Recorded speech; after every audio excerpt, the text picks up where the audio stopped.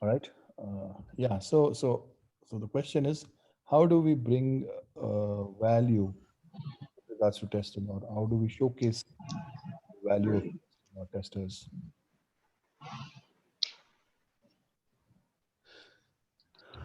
In fact, before that, Right. one thing I'm sorry. Yeah, please go ahead, Srinivas.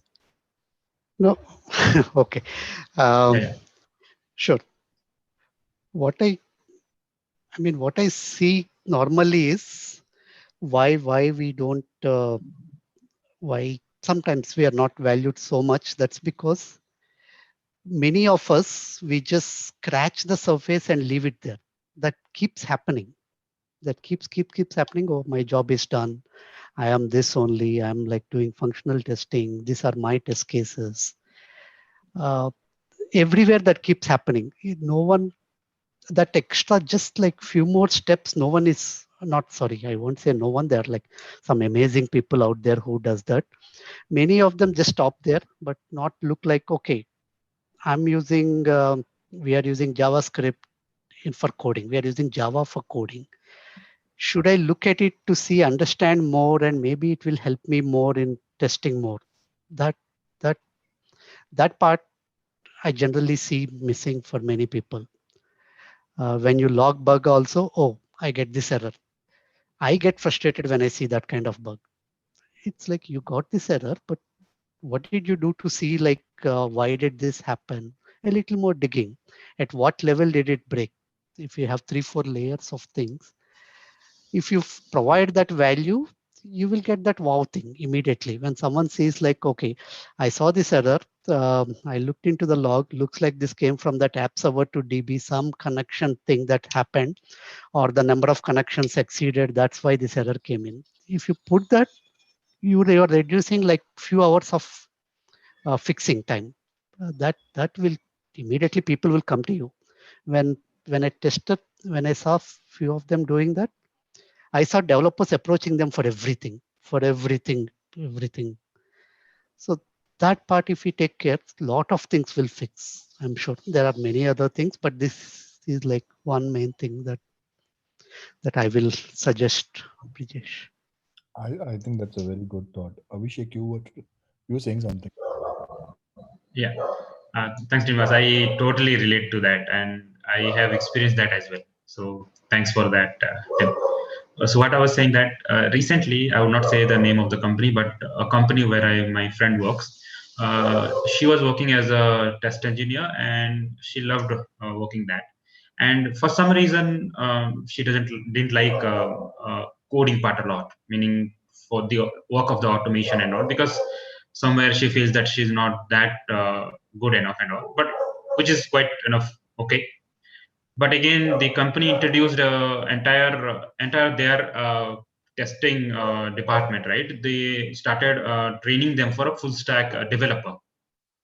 Okay, so this came as a management decision. Okay, there was no question if you want to go for or nothing like that, because entire QA, whatever their team had, some 10 or 15, they started saying that from next month onwards, we are going to give you a training on full stack developer. That if you want to be there, or otherwise there is no other option. No one can say that no, I want to be as it is. There is no option at all. And then when I got to know, I asked the question, did you ask that is it an option or is it mandatory? If it is a mandatory, are you interested?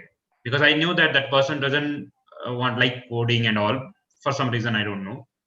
Okay, so that full stack developer, again, as we know, they will start with the Java, Spring Boot, and all those stuff.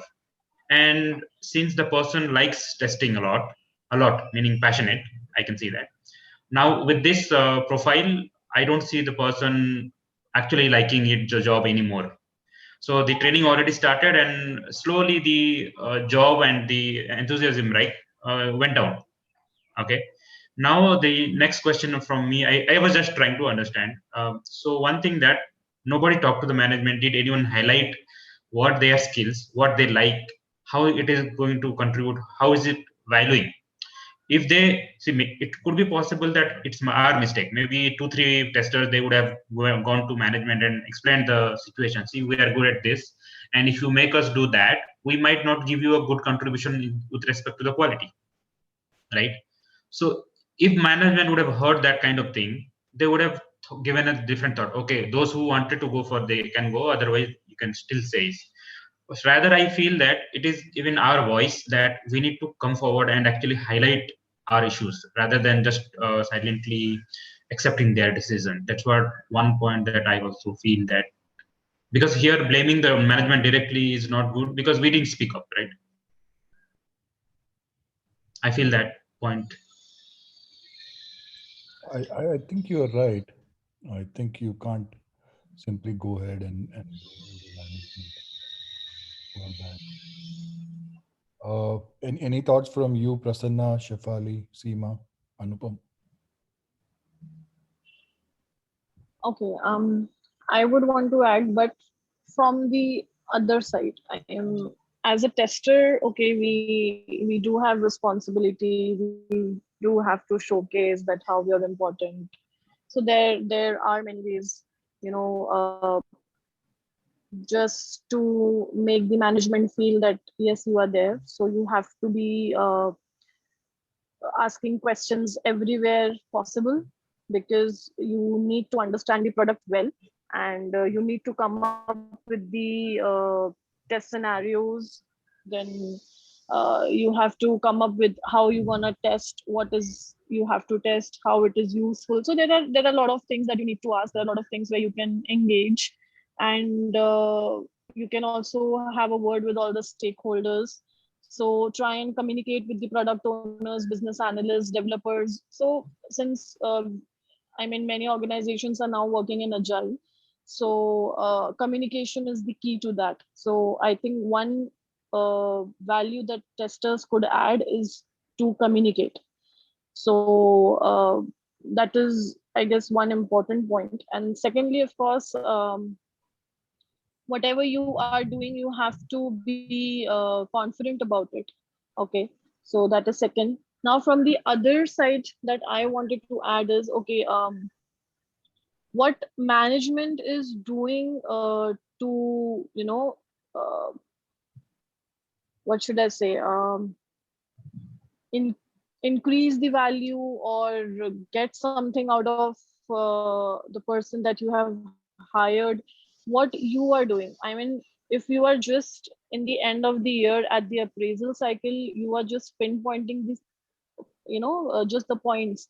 Okay, to get a good amount of appraisal, you need to do this and this. Okay, fine, we get it. But what as a management or as an organization you are doing to groom that person? I mean, you have hired that person because he or she had those skills in that first place. Okay, now to upgrade or to utilize that person according to the growing market and according to the changing technologies in the market, is it not a responsibility of the organization or management to groom that resource? So taking that responsibility, it's a huge thing for an organization to take a responsibility of a resource and train that resource according to what skills your project would need in future. So why can't they take a step ahead? Because I don't think a person who want to learn will say no, that my organization has organized this kind of training, and no, I don't want a part of it. There might be few, but there might be some that who actually wanted that training and actually wanted to put use to it. So there are two sides of the same coin, I would say, in this. Yeah, right. Prasanna, anything from you? Yeah, sure. Yeah. So I have struggled a lot on this to show the value as a tester. Most of the time I have worked with the manufacturing client, and that is there's something don't have a mindset like a IT people possess. So to them, testing comes at very last, and something it's a burden team for them. So yeah, this tips definitely they'll help me. But yeah, even I'm struggling on a day-to-day basis on this. So sometimes even my challenges they start with my team itself. That if because every time it cannot be just a individual can show up the value. So it has to be a sometime team efforts as well. So showing putting the things in front of my team also is a very challenging, and sometimes have to come back from that step itself. Well, you and I have a common thread then, because I also work with a company that manufactures stuff. The company manufactures charging stations for electric vehicles. Mm. It's so that manufacturing mindset is there, and for them to understand testing, especially software testing, well, it's not something that they imagined that they will end up with. But now, since everything is online, and with COVID, everybody is locked down inside the house. Uh, so everybody is working remotely. So you have to rely on the software to get your stuff done. So then they realize. By the way, Ajay has shared a wonderful article on the chat. You guys might want to go take a look. It is an old one from Ajay, but it's a good one. Um, I think it's one from the Sticky Minds thing. Okay. Your thoughts, Seema? Hey, I think, like Srinivas said, we scratched the surface. That's quite a lot of us. Then there's another extreme, which is we know it all. I've raised bugs that has to be fixed. I've done the testing. That means I have to be appreciated. So it's like I've spent time, so I have to be awarded for it. I've seen those kind of ones as well. So there's extremes that you can see. And I think we also have this invisible block. This is all we are supposed to do as QAs or testers. That invisible block stops us from trying to investigate further. It stops us from talking to different people across different teams. It stops us from, maybe I'm not allowed to do this. Maybe this is not what I should be asking. Should I even be asking these questions? So yeah, we don't tend to, there are times when I've been asked, this is not what QAs are supposed to do. So I'm like, well, you didn't recruit me. The company pays my salary. So I don't think you can stop me from asking these questions. So if you cannot answer, then somebody else will. Yeah, I can be persistent in that way. That's one. And I think the other way is to show value. I've worked in company. Luckily, I've worked in good companies. There has been one where it's been difficult. To show value has been really, really hard. The workaround we did was my team and me, when we were blocked in a lot of areas, saying, you don't need to do this, you don't need to do that, the QA is not needed. We had our own roadmap. We went ahead, did performance testing. We introduced automation, whether it was UI or any other technical testing. We found many tools that could fasten the process. And I think that changed the perspective of developers and the rest of the team. They started appreciating that we can talk the same language that the developers talk. And that changed perspective.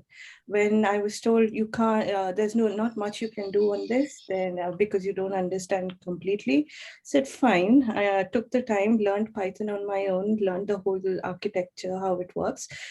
Then came back asking the right questions. Things changed, started to change. At least there were steps where they started to appreciate, okay, she's asking good questions.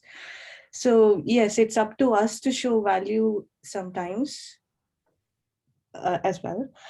Yeah, and in terms of learning, I think I don't see that there are some who really want to learn and do a lot of things. So many times I give free conference tickets to teams, and ask people, do you want to attend? It's like, no, I don't think I have time for all this. Read this book. This is really interesting. No, I have other things to do. I'm really busy. So yeah, that's something I find really strange. We expect to be given rather than take responsibility for ourselves. I'm not talking this as a carpet thing. There are many, is what I'm saying. Yeah. You are right, and we've experienced this as well. Okay, despite doing free giveaways for conference tickets and passes, people get very excited when they see a conference thingy, and then they even want to get registered. And when you give them on that day, you find them that they have not joined because they got it for free. So there is not much of It's a value. Exactly. there is no value. Okay, they don't, because they didn't have to do anything. All they have to do is say a yes that I want to attend the conference, and you give them, and then they don't attend. And sometimes if you ask them, why don't you join in? This is a free event. This is good for you. They will not come. Okay, we see that regularly with our webinars that we do, or with any other webinars. People are very excited initially, and then they don't turn up. I remember in my initial days, or many years at the beginning, when I used to ask the company to provide to sponsor for conferences, to attend conferences, or to attend certain talks, and it would be a big no, because it's expensive. No, it's not possible. And I find it very, very strange when now when I give the team saying, free tickets, go attend. It's really interesting. It's really good. No time. Well, while we were talking, Only a certain limit you can push. You can take the horse to the water, but you can't make it drink. So that's what it is. Exactly. that's absolutely true. Well, while we were talking, we saw Kshitij and Jyoti join in. Good morning, guys. I hope you. Hi, Jyoti. Hi, Kshitij. Hey, all, thanks. Good afternoon, rather. Yeah, past 12 o'clock in India. So That's right, Majesh. Good afternoon. Good morning to most of you. not to most. It may be. Oh, is it?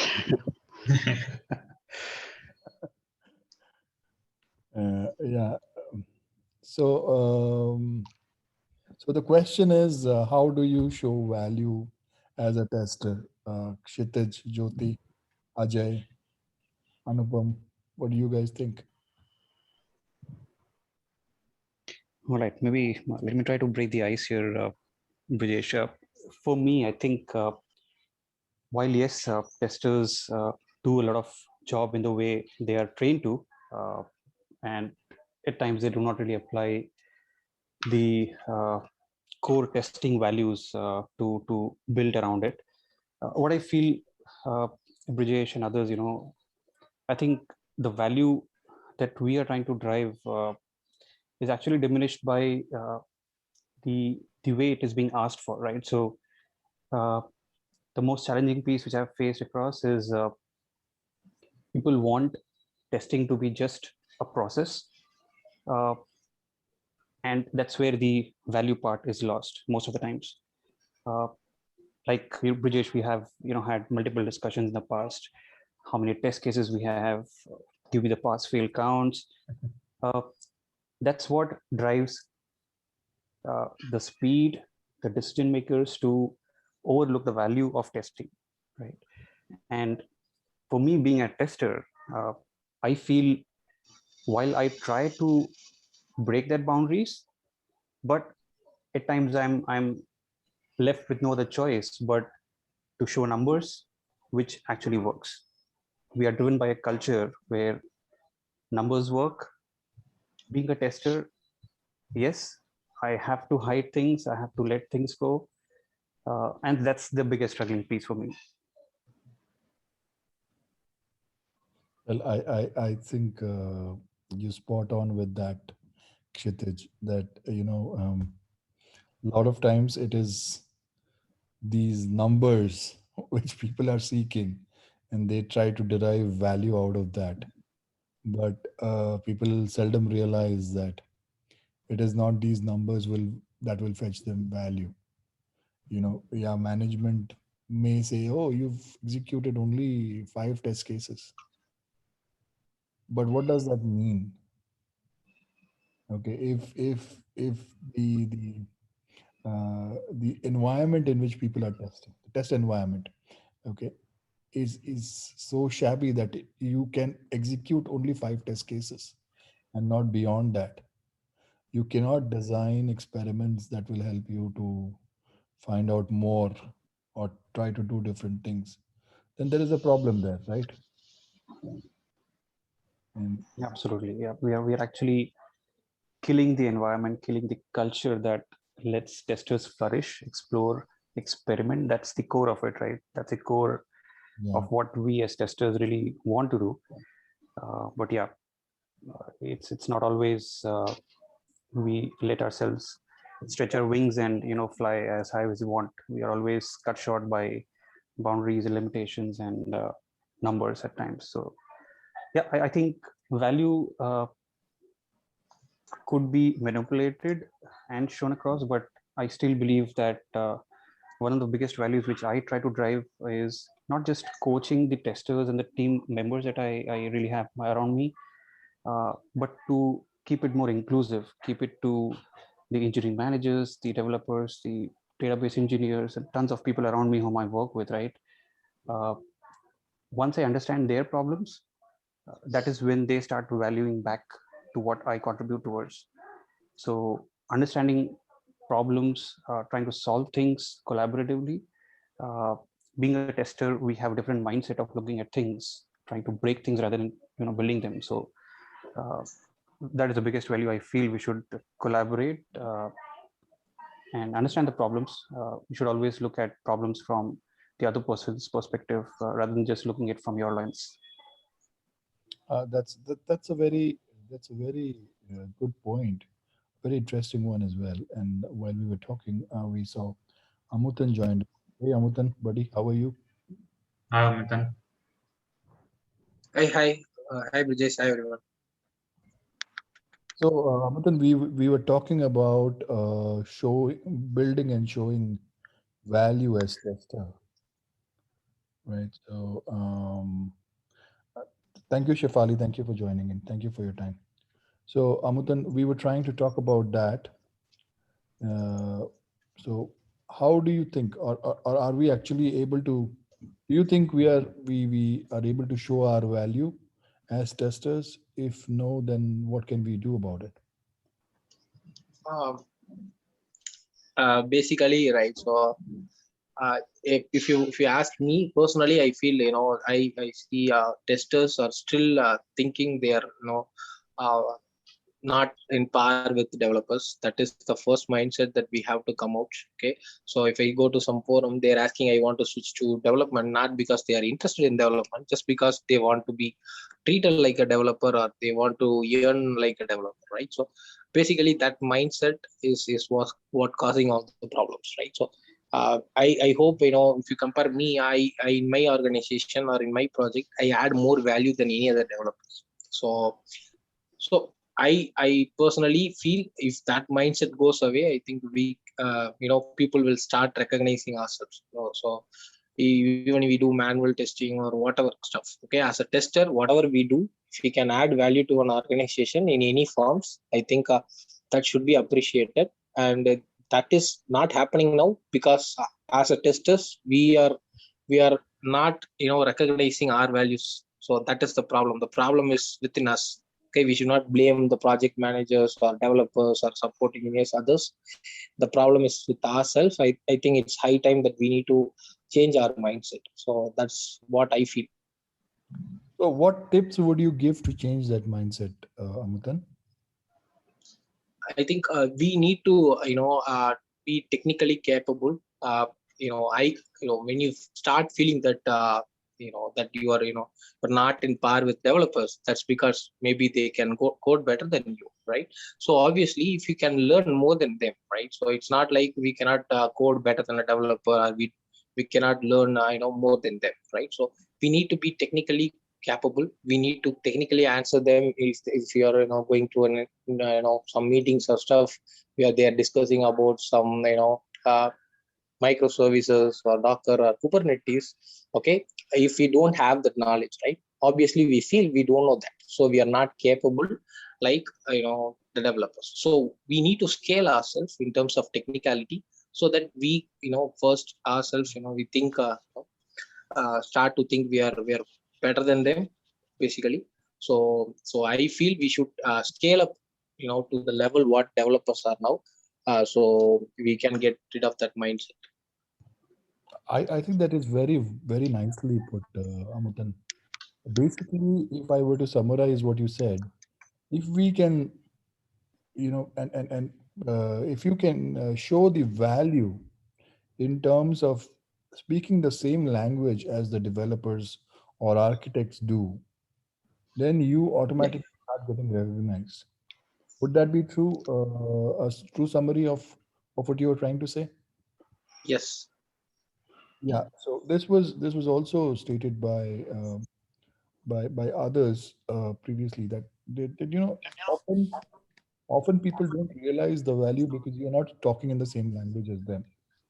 You expect them to talk to you in the same language that you do, probably, for example, in terms of bugs and in terms of the language that testers use, you know, then you are thinking, oh, they should understand us. But at the same time, they also have a feeling that we should understand them and talk to them in the way that they speak. Okay, so if you have to learn a certain language, or for example, I don't know how many testers actually spend time in understanding the application architecture. Okay, it again suddenly goes to the thought of writing test cases. Okay, how do I write number of test cases?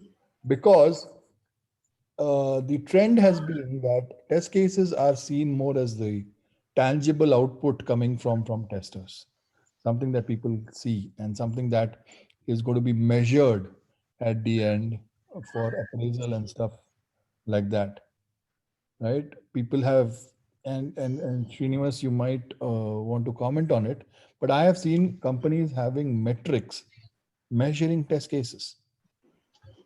I I I I, I I do not know what to say because I find that very Right. strange. I do not know what your opinion is, but I find that really Yeah, strange. because yeah, that is exactly true. In my project or in my organization, what I do is I get rid of these things, writing test cases or showing test automation metrics and other stuff, right? So basically, instead of spending time on this, we spend time on new functionalities. We understand business. We speak with a lot of business users, understand how things operates in real time, right? So that's basically can help us, because writing test cases is it can be a conventional process, but still I don't prefer it, because you need to write plenty of pages of stuff that you already know, right? So maybe for someone who is coming down the lane, we are going to spend a lot of time, a lot of our valuable time in writing test cases. So normally what we do, we create a checklist on what are stuffs that we need to test, and then we split among ourselves and start testing, right? So that's how we should go of it, right? We should stop doing something that's consuming a lot of time, and then do something that brings more value instead. So yeah. Absolutely. Yeah. Many good points from Seema, everyone, Seema, Amutan, Abhishek, everyone. I think you should list them, Brijesh, before we miss them. So that is So, the reason why Recorded. that we are okay. recording as well. Okay, because So, to the idea was not to record this session because there are a lot of people coming with their situations, their family situations, and talking about that. We experienced that in the last call. The last call was recorded, but then I realized that people have shared their personal experiences with COVID and stuff. So I deleted the recording, and of course there was some expert advice from a few people in the group who said, what are you doing?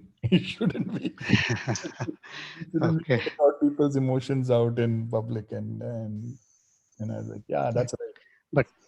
But these are some very good points, like what That's Amuthan mentioned. that's why this is getting recorded. I know Abhishek has been taking notes, so I'll expect an article from So he is our mind map, Rahul. Now. Not mind map, but trying to point out something. I mean, not Abhishek a, probably yeah. forgot that he was on You camera. know, one thing I wanted to add here is when, as a QA team, we are asked, what have you done? Or what has been achieved so far? We're quick to jump to say, we've done 10 test cases or 100 test cases, we've raised 50 bucks. Instead, if we gave our updates as what we've actually done, which is what type of testing, what's the coverage, what's our confidence in what we've done so far. And if we start talking in that language, I think the number of test cases kind of answers will slowly fade away. But because we are also quick to jump to say the number game, that's what gets expected from us as well. Absolutely, and I'll say this. Kshitij made a very good point. Okay, there is an opinion that testers are there to break things, and thank you, Ajay. Thank you so much for. Hi, Ajay. Thank you. Take care. Bye. Yeah. So Kshitij made a very good point, and he said that it is an assumption made that testers are there to break things. Instead, if you look at testing as something where you are working with developers collaboratively to build things and to solve problems, rather than portraying an image, oh, we are there to break things, then it'll be like, okay, so we don't need people to break things, we need people to make things. We need people to contribute in building a solution. So if you speak in a language which they understand, where they feel that okay, these guys, they want to help us in making the product better. How can they do that? By following the tips that Kshitij gave, or Ammutan gave, or Seema gave. Listen to what the users are trying to say. Talk to the business users, talk to the architects, understand the application architecture, and ask questions on that. Okay, you have created, you've spoken about this particular interface in your architecture diagram. What does it do? Okay, what value does it bring in? Can it be changed? Or I have a different thought. Try and put across your thought and make the architect think. Okay, just day before yesterday, so I have joined a new project recently, and I was talking to the architect who had described the architecture beautifully. Okay, I mean, they've tried to portray. I don't know how many of you know that in the architecture world, they use something called as A3 as a standard. A3 architecture is a standard for architectures that are done. So the technical architects or solution architects, they use that as a global standard. So, but A3 architecture needs a lot of skills to visualize and tools to actually put it across, because it's not just 2D, it's 3D. You know exactly what are the processes happening behind, and what are the systems behind, and you can do all of that. But sometimes we are limited by tools. So if you try and draw an A3 architecture using Visio, you will only get a 2D thing. So you will not know what is going on. So to describe it, you need to do a much better job. At least write good text to explain whatever it is, or expand another view and create. You've seen that there is a magnified view of certain sections. If we look at India's map, then that Andaman Nicobar is again magnified and shown in certain maps. Okay, so something like that. We So, use C4 architecture for that. yeah. And and then we layer it up with QA, QA framework. At what level, what happens? Exactly. So That helps.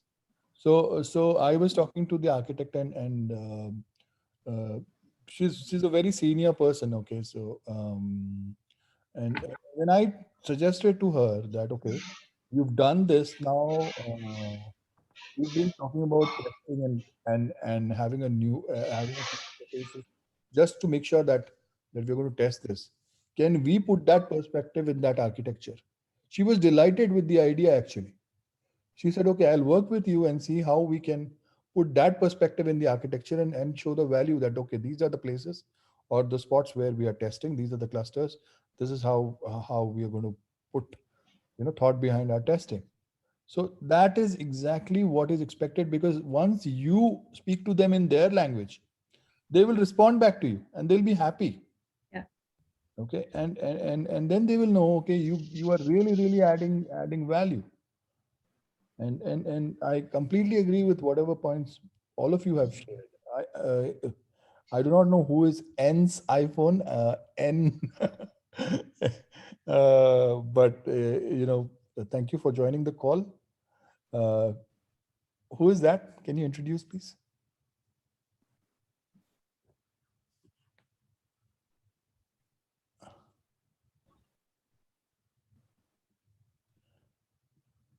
Anyways, Jyoti also hasn't spoken. Jyoti, I don't know if it's Mohan Rath from your side. No, no, I was just listening to one. Probably I can share what I do. Like it's been 9 years for me as a tester, and I would say like I haven't come across any manager who is more interested in numbers and matrices. So what I do, see, I can't change that person, but what I do is any feature I get to test or wherever I've worked as a team lead. So I work closely with my team and I try to make a bonding with the developer, because ultimately the owner of the feature is the tester who's testing it. So what I try to do is I create a bond with my developer. That's my first thing. I tell them what I am doing and how I approach a problem. I show interest that, see, okay, I understand how this feature works as a black box, but I want to understand the internal part of it. Plus I also do my R&D and get those things to developer, and I tell them, okay, see, I read this, is it the same thing, how it is working? So this is how I tend to create a bond, and this has been like a success mantra for me, and it has really worked for 9 years. I don't try to demean what developers are doing, yeah, or I don't get to see that, oh, you're a tester, you're just executing the test cases. It's like it's their self-respect for both of our work, and we try to work as a team. If I come across a developer who is not giving us that importance, or who is not understanding or valuing my product, so I sit with them and I'll tell them, see, देखो अगर ये फटेगा feature तो भाई हम दोनों की लगेगी. We both have to sit at night and get this fixed and delivered. So it's good कि हम initial stage पे we collaborate and we come to a conclusion like, okay, is it working as it is desired to be? So I do all these stuff. So हम हमेशा मेरा यही होता है कि work closely with the people who are hands on with the stuff, rather focusing on manager. Okay, they need stats, I'll give them, okay, take the stats. They need test cases, I'll give them the test cases so that they are quiet and I can focus on my real work and R&D and all those stuff. Well, no, that is absolutely true. Okay, once you are able to tell the developer that if it breaks, it will break for everybody, and both of us will be equally responsible for getting it fixed and to make it work again. I think that's a very good approach, Jyoti, by building a bond with the developers, trying to understand what they're doing, showing them what you are doing. Okay, and if you are designing any tests, share your test cases, or not your test cases, rather share those ideas. I mean, we have to drop the usage of the word test case. I think, no, I mean, share your test ideas, share the thoughts that you have in your mind. If like Seema was saying that, you make, instead of A3, make an A4 architecture and put a layer of your test architecture on top of it and try to see how that works. Okay, create a complete picture. And okay, if you were to test it, then how would you visualize testing it? If you need any interfaces, if you need anything else, or programs or snippets of code that that will help you test better. Ask the developers for it. Okay, they will help you with that. And these are some very good points. Okay. Here, Uh, to add to that, Brijesh, many times we fight for like including testers in the meetings, but often they keep calm, quiet, not asking anything. And gradually what happens is they stop inviting the QA. And then people like shout saying that, I mean, they complain, oh, we are not involved. And it's like we involve for any year, nothing happens. And gradually it slows down. So when you start preparing for it, if you prepare, if you are not like spontaneous, if you prepare, things will be clear. Just look at it before 10 minutes before, half an hour before. What is it that we are going? What is this meeting about? Understand. And if you ask the right questions, we don't have to ask. Sometimes we fight saying that, oh, include testers in the design discussions and all. We don't have to ask. If you prepare and ask the right questions in one meeting, they'll start including. But often what happens is we say, okay, we will be the fly on the wall. Please include us. Please include us. And then no one talks. And then it stops. Again, we have to fight for it. That is a very interesting observation, Srinivas. And in fact, I would add to it a little bit that, in meetings when we get invited, when we don't speak, obviously, it's human nature to be not included in future meetings, because you're not adding any value. And same thing applies to probably to this call as well. I mean, the reason that we are all here, we are all sharing our thoughts. It's a very good thing that we are doing. Okay, rather than listening in. I know a lot of people like to be passive and just listen in, but it always helps in being an active participant. Okay, share your thought. Okay, it's okay if sometimes your thought are not in sync or maybe not correct or whatever. Sometimes you learn as well, right? If you put across a thought which is probably is going to be corrected by somebody else, then it's a learning, right? But at least participate, at least join in the discussion. The same applies with the meetings, the example that Srinivas gave. If you join in those discussions, if you ask a question, even if it is a silly question, okay, you may think a question is silly, but I don't consider any question to be silly. But if you think that, okay, it is something that I should not have asked, you will be corrected, and that's a learning, right? Okay, and if you don't understand something in that meeting, you ask, okay, can I have an extra session to talk with you? You ask the architect or the developer that I want to understand this a little more. Okay, just say that in the meeting. That means that you are actually paying attention. You are asking. You want to learn. You want to help test better. So that's a very good point, Srinivas. Thank you for sharing that. Even I want to add one more point to it. Go ahead, Abhishek. With the same, I can relate to it. I have seen in teams where I joined a couple of meetings, and I have literally seen the estimate meetings that we say. When teams ask the testers to estimate how much time does it take to test, then they have no clue. And literally, the developers say, "Yeah, it will take so and so days for testing," and the testers agree to that. So that's the worst part I have also seen, which can relate to it.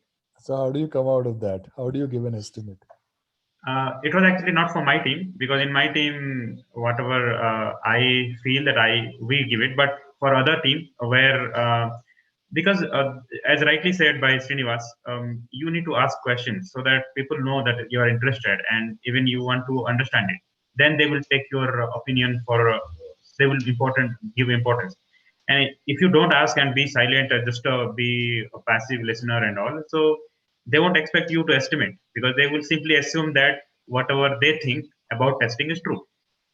So they will just keep on giving the estimate. So then I connected to with them, and then I asked them, do you have any estimation? What if it takes more than they have done? In that case, they simply tell, then we have to extend that. We have to stretch to meet that estimate. So that's what I have seen. Right. Overall, very good points. Thank you for everybody for participating. I think we've crossed the time that we scheduled this call for. I want to thank everybody for joining in and for sharing their thoughts. Can we just switch on our cameras and take a group photo, please? it's just to inspire others. Good to see you all.